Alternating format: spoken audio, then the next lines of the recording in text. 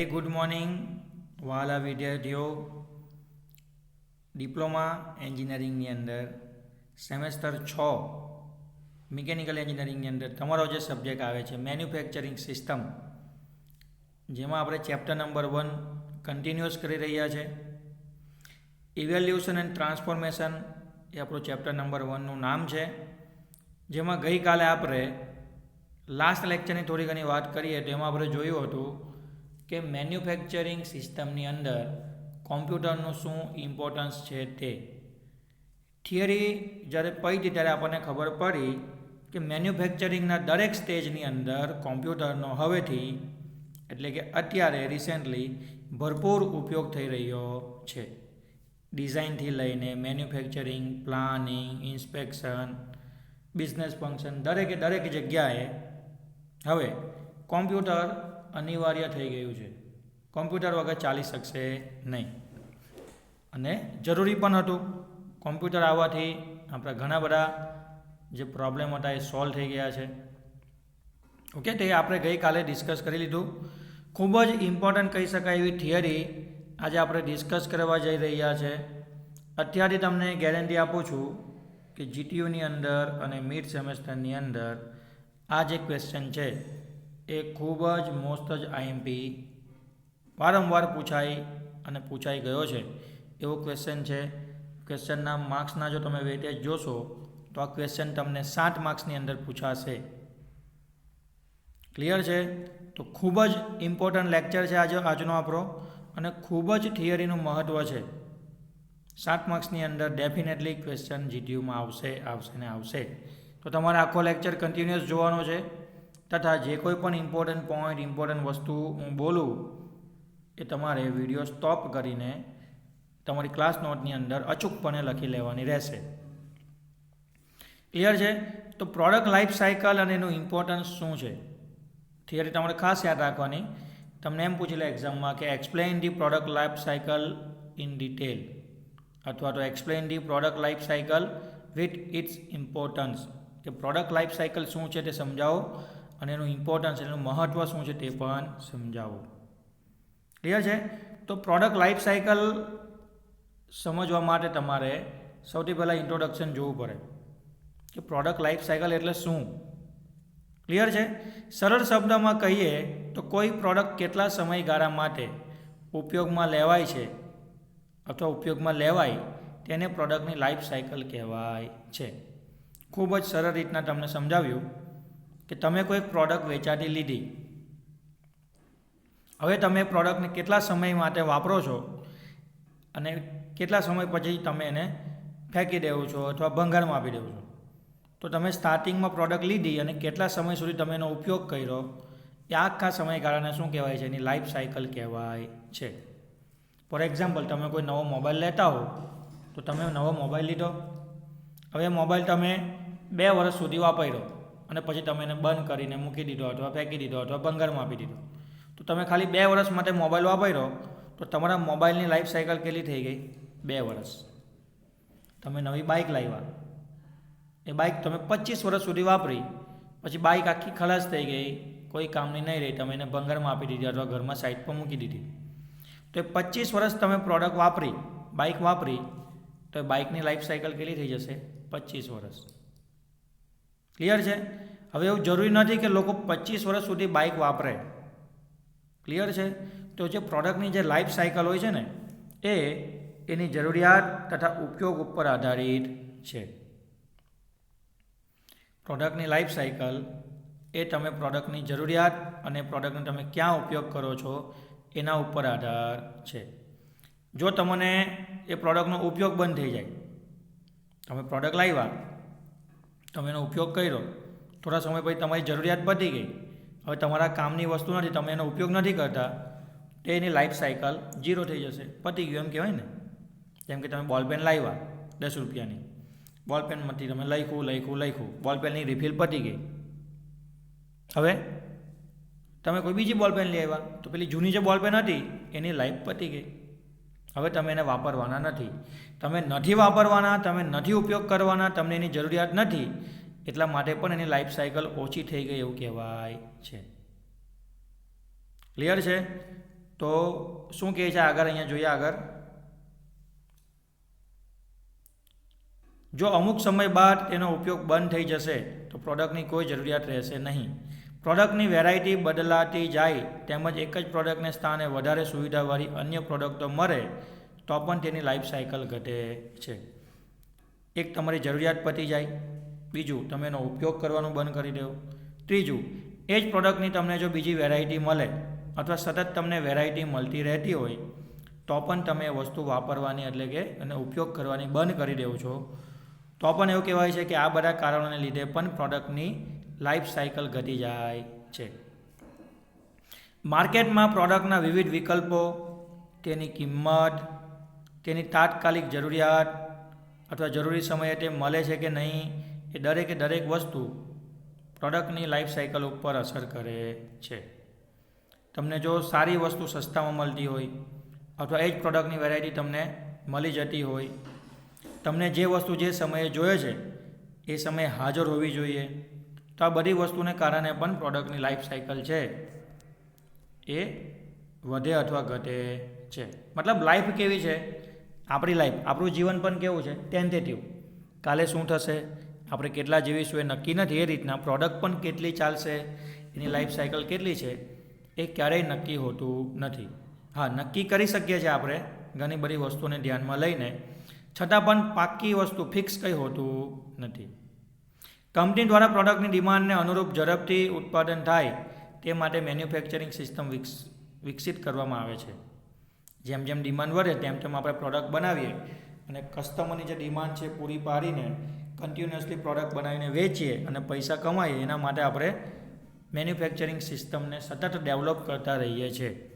જો પ્રોડક્ટની life cycle વધારે લાંબી હોય તો ઉત્પાદનમાં બહુ વધારે ફેરફાર કરવા પડતા નથી. જો તમે કોઈ સારી પ્રોડક્ટ બનાવો અને કસ્ટમરને લાંબા સમય સુધી વાપરે તો પછી એને એ વસ્તુની પાછી જરૂરિયાત બહુ બધા ઘણા સમય પછી પડશે, તો તમારે એ વસ્તુ તાત્કાલિક પછી બનાવવાની જરૂરિયાત રહેતી નથી. પણ જો તમે પ્રોડક્ટ આપો છો કસ્ટમરને, એ થોડાક સમય પછી એના કોઈ કામની રહેશે નહીં, તો તરત એ શું કરશે, વસ્તુને મૂકીને સેમ બીજી વસ્તુ લેવાની ટ્રાય કરશે, તો ફરી પાછી ડિમાન્ડ વધશે અને તમારે વધારે મેન્યુફેક્ચરિંગ કરવું પડશે. ક્લિયર? તો જો પ્રોડક્ટની લાઈફ સાયકલ ટૂંકી હોય તો વસ્તુની સેમ ટુ સેમ ડિમાન્ડ પાછી વધે છે અને તમારે વધુને વધુ મેન્યુફેક્ચરિંગ કરવું પડે છે. અને જો પ્રોડક્ટની લાઈફ સાયકલ લાંબી હોય તો એ વસ્તુની કસ્ટમરને જરૂર ઓછી પડશે, તો એની ડિમાન્ડ ઓછી આવશે. ક્લિયર છે? એક્ઝામ્પલ આપું છું, તમે એક વખત કોઈક જગ્યાએ વેચાતું ઘર લઈ લીધું અથવા કોઈક જગ્યા લઈને તમે ઘર બનાવી લીધું, બસ પૂરું. હવે તમને વર્ષો સુધી કે લગભગ તમે જીવશો કે તમારા છોકરાઓ આવશે, એના છોકરા આવશે, ત્યાં સુધી તમારે હવે નવું ઘર લેવાની જરૂરિયાત પડશે નહીં. કેમ? તો કે તમારા ઘરની લાઈફ સાયકલ એટલી છે. તમે જો સારામાં સારું ઘર બનાવી દીધું છે, હવે તમારે ફ્યુચરમાં 50-25 વર્ષ સુધી અથવા તમારી બીજી જે પેઢી આવશે ત્યાં સુધી ઘરની જરૂર પડવાની નથી. પણ ઘરમાં જે ફર્નિચર છે, જે ટીવી છે, જે પંખા છે, એ બધાની લાઈફ સાયકલ કેવી છે? ઓછી છે. થોડાક સમય પછી તમારે બદલવા પડશે, રિપેર કરાવવા પડશે અથવા નવા લાવવા પડશે. તો આ એક એક્ઝામ્પલ દ્વારા તમે સમજી શકો છો કે પ્રોડક્ટની લાઈફ સાયકલને આધારે પણ મેન્યુફેક્ચરિંગ પ્રોસેસ સંકળાયેલી છે. ક્લિયર છે? હવે આપણે વાત કરીશું કે જે પ્રોડક્ટ લાઈફ સાયકલની વિશે આપણે આટલી બધી ડિસ્કશન કર્યું, તે પ્રોડક્ટ લાઈફ સાયકલના સ્ટેજ, કયા કયા સ્ટેજમાં પ્રોડક્ટની લાઈફ સાયકલ વધે છે તે. જેમ કે આપણી લાઈફ સાયકલ હોય એમાં આપણા સ્ટેજ કયા? તો કે સૌથી પહેલાં આપણો જન્મ થયો એટલે આપણો બર્થ એક સ્ટેજ થયો. પછી આપણે નાનપણમાં, બાળપણમાં હતા, ચાઇલ્ડહુડ એટલે આપણું નાનપણનો એક સ્ટેજ આવી ગયો. પછી આપણે મેચ્યોર થયા, એડલ્ટ થયા એટલે 18 થી 35, 40, 45 વર્ષનો ટાઈમ, જેમાં આપણે લગ્ન કર્યા, જોબે લાગ્યા, છોકરા આવ્યા, એને ભણાવ્યા. અને ત્યાર પછી છેલ્લો સમય કયો આવે? રિટાયરમેન્ટ, સિનિયર સિટીઝન, ઓલ્ડ, ઘરડા થઈ જઈએ. તો આપણી લાઈફના પણ કેટલા સ્ટેજ થઈ ગયા? એક જન્મ, બીજો બાળપણ એટલે કે ચાઇલ્ડહુડ, ત્રીજો એડલ્ટ ને પાંચમો ઘરડા થઈ ગયા તે, અને લાસ્ટમાં ડેથ. આમ 5 સ્ટેજની અંદર આપણી લાઈફ સાયકલ આગળ વધે છે. તે જ રીતના જો પ્રોડક્ટની વાત કરીશું તો પ્રોડક્ટ પણ અથવા પ્રોડક્ટની જે લાઈફ સાયકલ છે એના પણ આપણને 4 સ્ટેજ આપ્યા છે, જેમાં પહેલો છે ઇન્ટ્રોડક્શન, બીજો છે ગ્રોથ, બીજો સ્ટેજ, ત્રીજો સ્ટેજ છે મેચ્યોરિટી અને 5મો સ્ટેજ છે ડિક્લાઇન. ખૂબ જ સરસ કન્સેપ્ટ છે વિદ્યાર્થીઓ, ખરેખર મજા આવશે તમને. બધા સ્ટેજને આપણે ડિટેલમાં ડિસ્કસ કરવાના છે. ક્લિયર છે? તમને એક એક્ઝામ્પલ આપ્યું છે વધુ સારી રીતના સમજાવવા માટે કે પ્રોડક્ટની લાઈફ સાયકલના સ્ટેજીસ શું છે તે. તો શાંતિથી સાંભળજો, બહુ સરસ એક્ઝામ્પલ છે. એક ગ્રાહક તરીકે આપણે ઘણી બધી વસ્તુઓ ખરીદી કરીએ છીએ, બરાબર ને? આપણે સવારથી લઈને સાંજ સુધી એઝ અ કસ્ટમર ઘણી બધી વસ્તુ ખરીદીએ છીએ. આ દરેક પ્રોડક્ટ ચોક્કસ લાઈફ સાયકલ ધરાવતી હોય છે. કોઈ પ્રોડક્ટ વધારે સમય માર્કેટમાં જોવા મળે છે, તો કોઈ પ્રોડક્ટ ઝડપથી માર્કેટમાંથી બહાર નીકળી જશે. તમે જોઈ હશે એવું પ્રોડક્ટ, તમે માર્કેટમાં જાઓ ને તો અમુક પ્રોડક્ટ એવી છે કે તમે વર્ષો પહેલાં પણ જોઈ હશે અને હજુ પણ માર્કેટની અંદર તમને દેખાય છે. ફોર એક્ઝામ્પલ આપું કે જે પેપર પર લગાવવાની જે સ્ટેપલરની પિન આવે છે અને જે સ્ટેપલર આવે છે એ તમને 12 માસ, જ્યારે તમે નાના હતા, તમારા પપ્પા નાના હતા, તમારા દાદા નાના હતા, ત્યારથી આ સ્ટેપલરની પિન છે, પછી પેલી કાગળ પર લગાવવાની પિન છે, તમને માર્કેટમાં જોવા મળશે. હા, ભાવ એનો વધઘટ થયો હશે, સસ્તી મોંઘી થઈ હશે, પણ પ્રોડક્ટ તમને માર્કેટમાં સતત જોવા મળશે. એવી રીતના આપણો પંખો છે, સીલિંગ ફેન, શૂઝ છે, બૂટ છે, ક્લિયર છે, ઘડિયાળ છે, આપણે જે હાથમાં પહેરીએ છીએ તે, દિવાલ પર ટાંગીએ છીએ તે. તો અમુક પ્રોડક્ટ એવી છે કે તમને સતત માર્કેટમાં જોવા મળશે. વર્ષો પહેલાં પણ હતી, અત્યારે પણ છે અને ફ્યુચરમાં પણ એ પ્રોડક્ટો તમને જોવા મળશે. જ્યારે અમુક પ્રોડક્ટો કેવી છે કે જે માર્કેટમાં આવી એવી બહુ જ વેચાઈ, પણ અચાનક શું થઈ ગયું? દેખાતી બંધ થઈ ગઈ. તમને અહીંયા એક્ઝામ્પલ આપ્યું છે કે આજથી વર્ષો પહેલાં એક સમય હતો કે વિડીયો કેસેટ, આપણે ઘરેલું ટેપ હતું, એમાં આપણે પેલી વિડીયો કેસેટ નાખતા, એની અંદર પેલી પટ્ટી ગોલ ગોલ ફરતી અને ગીત વાગતા. એ વિડીયો કેસેટ જ્યારે નવી આવી ત્યારે એનું એટલું ચલણ હતું કે લોકો જે હોય તે રેકોર્ડિંગ કરાવે. બધાના ઘરે ટેપ, દુકાનમાં ટેપ, રિક્ષામાં ટેપ, ફોર વ્હીલમાં ટેપ, બધા શું કરે? મસ્ત ગીત સાંભળે, મજા આવે વિડીયો કેસેટની અંદર. સ્પેશિયલ દુકાનો હતી મોટી મોટી વિડીયો કેસેટની, રેકોર્ડિંગ સેન્ટર હતા, એમાં તમને ગીત રેકોર્ડ કરી આપે તમારા મનપસંદ. ક્લિયર? બહુ જ જબરજસ્ત જમાનો હતો, બહુ જ લોકોએ રૂપિયા કમાયા અને બહુ જ મજા કરી. અત્યારે તમે જુઓ, તમને કશે પણ વિડીયો કેસેટ જોવા મળશે નહીં, ખલાસ થઈ ગયું, વાત જ પતી ગઈ. ક્લિયર? એ જ રીતના ઓડિયો કેસેટ, બરાબર? હવે આ વિડીયો કેસેટ એટલે હું પેલું VCR આવતું, ખબર? પિક્ચર જોવા માટે મોટું ડબ્બું, તમે પિક્ચર જોતા હતા. સેમ એવું ગીત સાંભળવા માટે ખાલી સંભળાય ઓડિયો કેસેટ આવતી. તો આ બેવનો એક સમય હતો, એક દાયકો હતો, એમ કહેવાય કે ભાઈ એક દશકો હતો કે જેમાં વિડીયો કેસેટ અને ઓડિયો કેસેટનું બહુ જ ચલણ હતું. મૂવીથી લઈને, ગીતથી લઈને, નાટકથી લઈને બધું તમને આમાં જોવા મળતું હતું. અને એવો સમય હતો, એવું કહેવાય છે કે જે પૈસાવાળા હતા ને એના ઘરે ટીવી હતું અને ટીવી જોવા માટે એના આવ્યું VCR હતું. ક્લિયર છે? એ પણ અત્યારે દેખાતું બંધ થઈ ગયું. ત્યાર પછીનો સમય કોણ આવ્યો? તો કે CD અને DVD.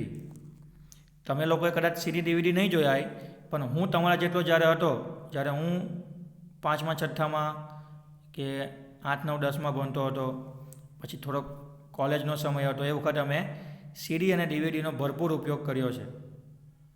મૂવી જોવા માટે, સોંગ સાંભળવા માટે CD અને DVD, CD player, DVD player બહુ જ વેચાતા હતા.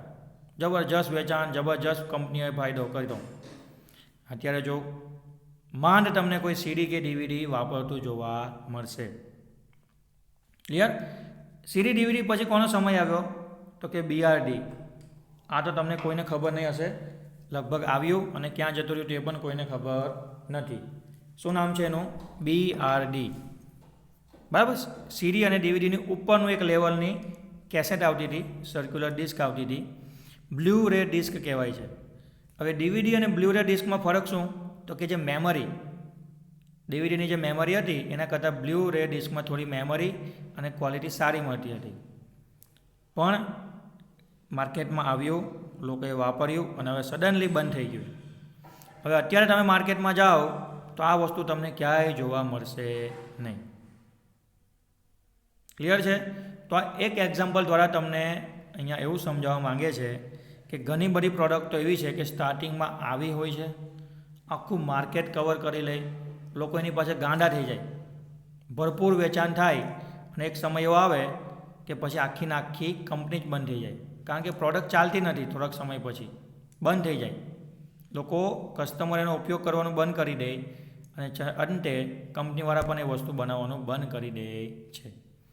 તો ખૂબ જ ઇમ્પોર્ટન્ટ કન્સેપ્ટ છે પ્રોડક્ટ લાઈફ સાઇકલનો, જેમાં આપણે એના અલગ અલગ સ્ટેજ જોવાના છે. ઇન્ટ્રોડક્શન શું છે, ગ્રોથ શું છે, મેચ્યોરિટી શું છે અને ડિક્લાઇન શું છે. આ થિયરી પત્તા તમને ઘણી બધી વસ્તુ એકદમ ક્લિયર થઈ જશે કે સર કઈ વસ્તુ ઉપર ફોકસ કરાય, કઈ વસ્તુનું પ્રોડક્શન કરાય અને કઈ ફિલ્ડમાં ધંધો અથવા બિઝનેસ શરૂ કરીને આગળ વધાય. ઘણીવાર ખોટા ડિસિઝન તમને લાખો કરોડો અને અબજોનું નુકસાન કરાવી શકે છે, એ પણ તમે અહીંયાથી શીખશો. ક્લિયર છે? તો થિયરી હજી આપણી બાકી છે, જસ્ટ આપણે ઇન્ટ્રોડક્શનનો જ આજનો લેક્ચર લીધો છે. આવતીકાલે આપણે આ જ લેક્ચરને કન્ટિન્યુઅસ કરીશું અને જે 4 સ્ટેજની અંદર પ્રોડક્ટની જે લાઈફ સાઇકલ બતાવવામાં આવી છે એ આપણે વધુ ડિટેલમાં આવતીકાલે સમજીશું. ક્લિયર છે? અહીંયા સુધી રાખે છે આજના લેક્ચરમાં. Thank you.